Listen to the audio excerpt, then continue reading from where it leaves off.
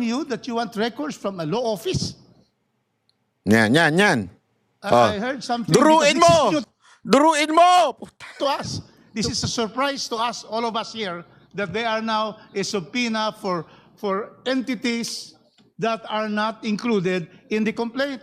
Subpoena duces tecum with respect to the general information sheet Yan yung subpina to kekekumpukeng. and annual financial statements of the business establishments mentioned already by the Honorable Ridon.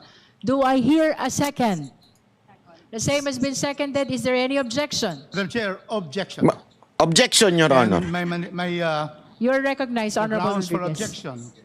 May I know Is- first why these companies registered with the SEC will be subpoenas in its record? Is there a nexus between this to the allegations in the complaint, third and fourth complaint? May we know the relevance of these corporations to the present impeachment case against the Vice President? The proponent first, Honorable Ridon, followed by the Honorable Keith Flores.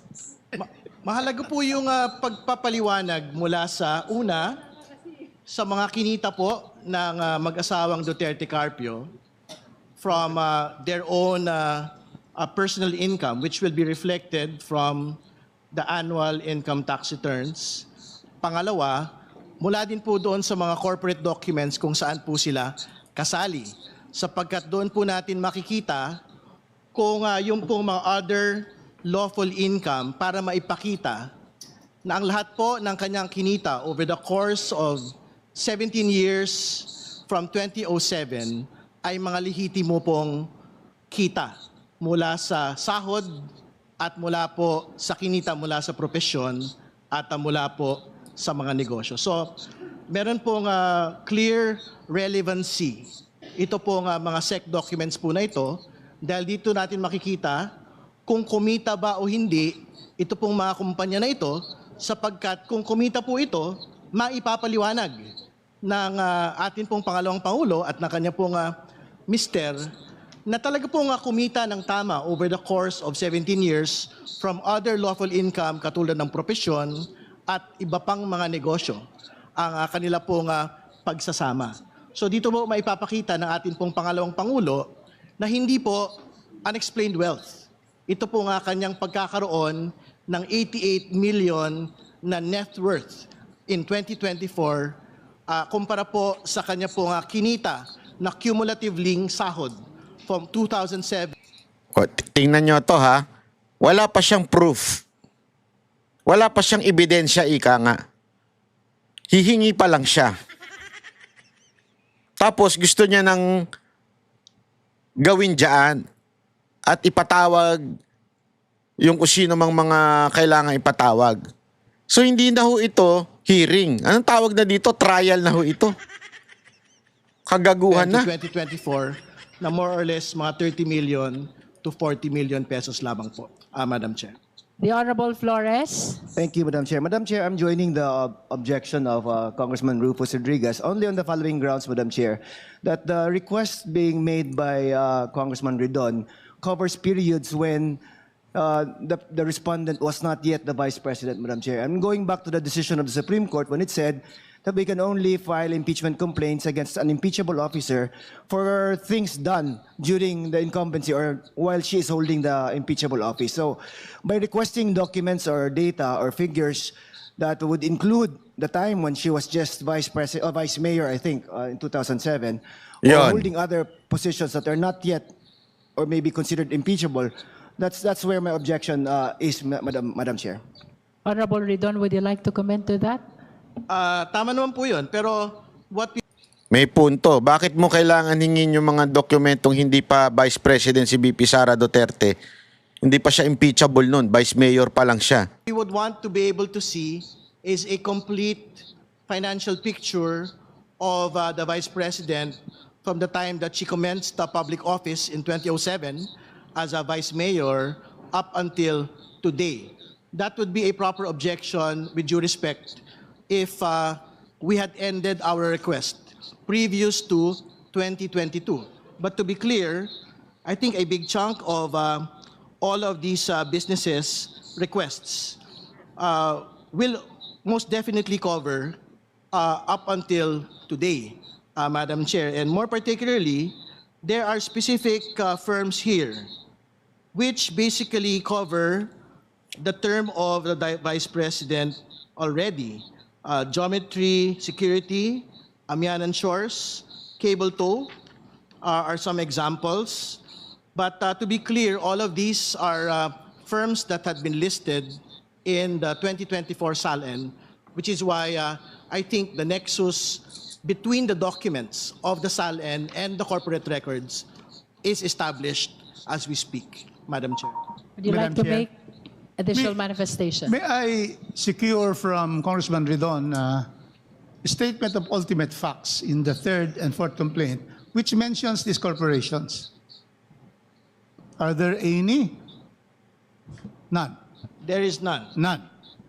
Second, are there annexes that would show in the third and fourth complaint that would, mention and that would pertain to why you're going to ask for subpoena ducis tecum to the SSC Dotos te kumpetong kakong kekong. and for the records there? Are there annexes in the complaint?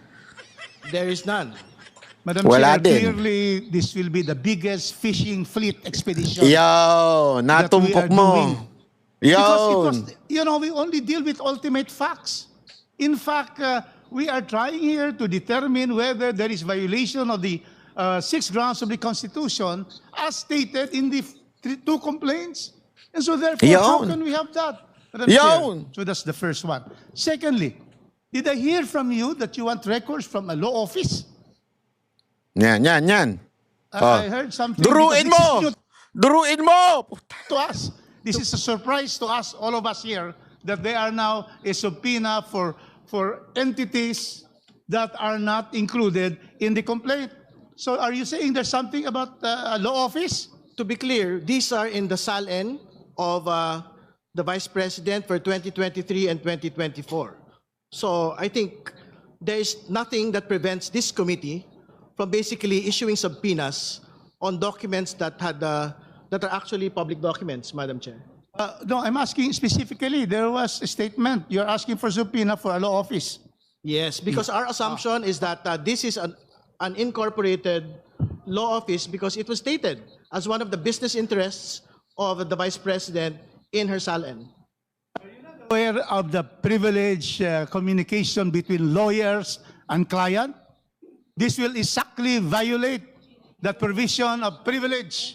You cannot subpoena law firms for representing a person either accused or in impeachment cases. How can we subpoena a law firm for acting as a lawyer for Tanga kasi. Pasensya ka na, tanga lang.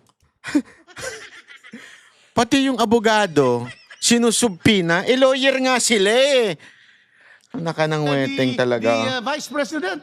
Can you give us a reason why we should subpoena law firms under the rules of court and under the Code of Professional Responsibility? We cannot subpoena records of a law firm. Sure, court records or communications between clients and the lawyers are Bobo. Wala eh. Basta namuliti ka talaga, magmumukha ka lang tanga eh. Pati ba naman yung law firm? absolutely privileged communications.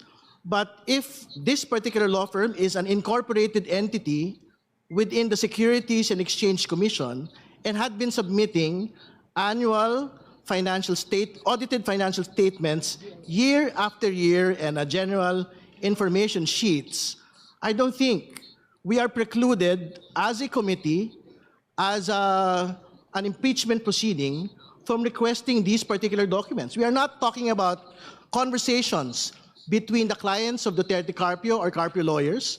We are talking about their financial output year on year. And to be clear, this is precisely the justification of supporters of the Vice President as to why her net worth, had ballooned to 88 million as against a computed cumulative salary of 30 to 40 million pesos. So I don't think there is reason to, in fact, object to getting all of these financial documents, whether from a corporation or whether from a law firm that is supposedly registered in the Securities and Exchange Commission.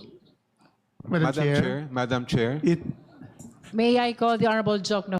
Ang hirap ano. Wag ka kasing bitter porket sinugi ka ni Pangulong Duterte. Sablay lahat ng hirit mo eh. Ay sa bagay, pagka bitter ka nga naman talaga, wala talaga. Perhaps it would be more prudent if we could have the motion of Representative Ridon in writing so that we can consider all the angles and the aspects to that request. I think that we would need to tread carefully when it comes to these matters, especially given the points raised by Representative Rodriguez. Motion, hearing suspended.